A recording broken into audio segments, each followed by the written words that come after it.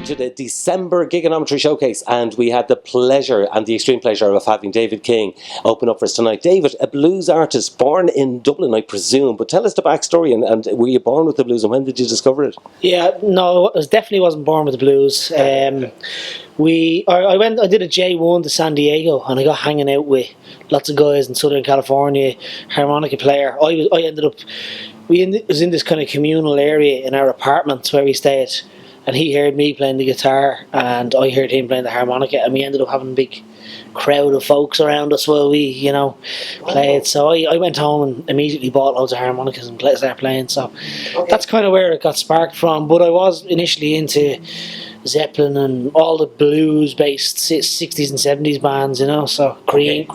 But you weren't necessarily looking for the pure blues at that time, so it was just this chance encounter on a J1 that made you start exploring all the early stuff. It's a great, Southern California is a magical place for music.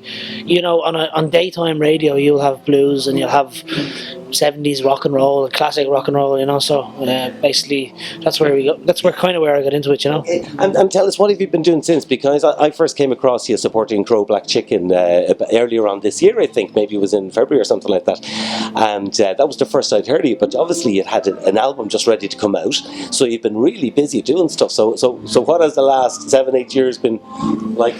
Well, I played in a band called Grace Hopper, and we were kind of classic rock, sort of prog nearly. Not the prog part wasn't my influence. I was more into the blues and the singing, and then I ended up kind of going out on my own then and played acoustic, and then the album is very much an electric album. So that's the kind of last 6 or 7 years. Been doing tons of gigs, lots of actually, and I kind of blooded myself nearly doing cover shows over the course of about 3 or 4 years, and got better at performing. And now I'm just trying to push my own tunes mostly, so. Yeah. And any plans to get back with a band? Because I have to say, you look extremely comfortable on stage as a solo performer. You're very, very relaxed. Your songs are extremely well worked out. You know exactly how and when to start, but when to finish them.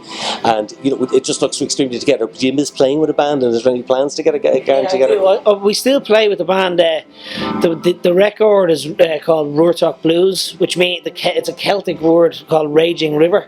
So the lads that support me, I still do band gigs. They're called the Raging River Band, So basically they're jamming with me there, and they're the guys from the previous band. So you would have heard them a lot on the record. You would have heard the piano player in particular. Kieran is very bluesy and jazzy on the piano, and the other two guys are more rock and roll. They're more kind of just straight down the line rock and roll. So I'm going to do a bit more with them, I think, in 2016. Yeah. Okay. Well, that would be really something to look forward to. But let's rewind a bit and tell me about the album, because is it all original stuff? There's 11 tracks. I see a couple of tracks with Irish names to them and all. So how does the whole writing about Ireland and contemporary Ireland fit in with writing to a blues tune? Well, I think it was the Ruartach Blues means Raging River, so it's kind of like there's some kind of more political stuff on it, but it's mostly a biographical record.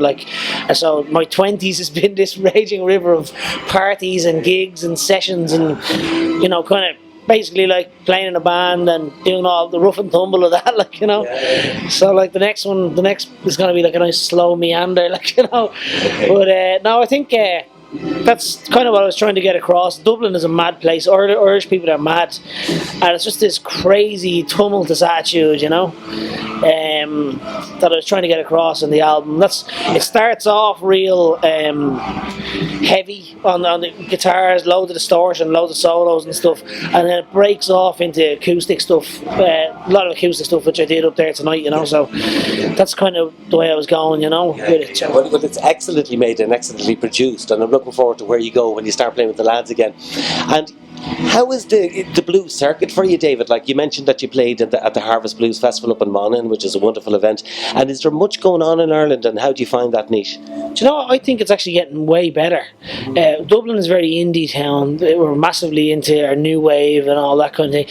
And on the other flip side, then in pubs and we've gig nights is one outlet, and then the other thing is pubs, and that's dominated with trad sessions and things like live stuff. I would love, when you go over to the States, you go to the US, you start playing slide guitar, it's a bit like their trad, So it's been down, I think, rural people in the country out west.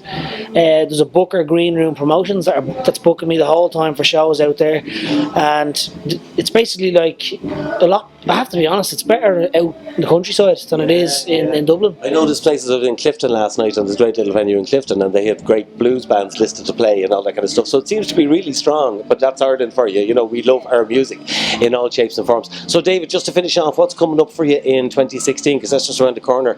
So 2016, we've got a bunch of festivals booked. Sea Sessions being one of them. Probably Harvest Time Blues. I don't know if I'm doing that again. But we're probably going to tour the album. We've done about 30 gigs to date, so we're going to probably do the same again and tour the record until maybe the end of the summer next year. And that'll involve acoustic gigs and band gigs. And then in the meantime, what I'm planning on doing is getting instead of I kind of wrote loads of the record in the studio the last time. I'm going to actually write songs and blood them live, you know, and make them be more even, maybe more stuff just on the guitar and vocals, you know. So okay, brilliant. Well, we're looking forward to the next phase of David King, and thank you so much for playing the Gigonometry tonight, David. Thank you very much. Best of luck. Appreciate it. Thank you.